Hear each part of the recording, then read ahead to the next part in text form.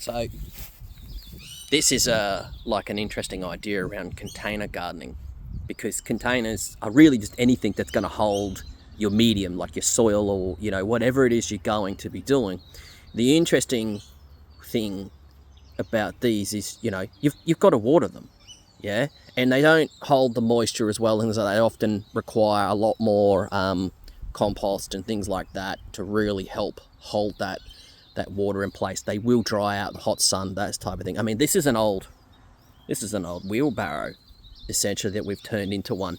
But what you can do is you can install these little unglazed terracotta like jugs and pots and things like that, and you can actually come out and you can fill them up, and then you can essentially walk away and set and forget, and that permeates out into the soil. And it's a really good way for you to make your life easier when you're doing container gardening.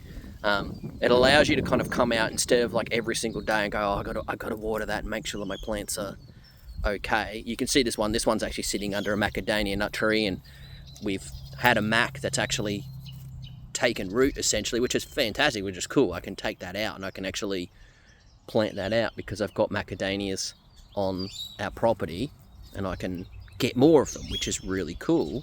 But it's got the leaf litter, which is kind of protecting the top and giving a bit of mulch and giving those nutrients and things like that. So that's really quite smart, is to get those terracotta little jugs and things like that are unglazed, and it allows you just to fill them up once or twice a week, depending on how hot and sunny it is, and then it can actually be used to kind of water your little container gardens and things like that. So it's a really handy thing. I haven't actually experimented with the idea of putting any like running drip hoses and things like that. I think there's a bit of work that's going to be involved in that, and I think it'd have to be a bit more creative. Definitely easier for me to do with our raised garden beds. But yeah, that's another way that you can do container gardening and do your watering, because irrigation is one of the most important things when you're doing this type of stuff.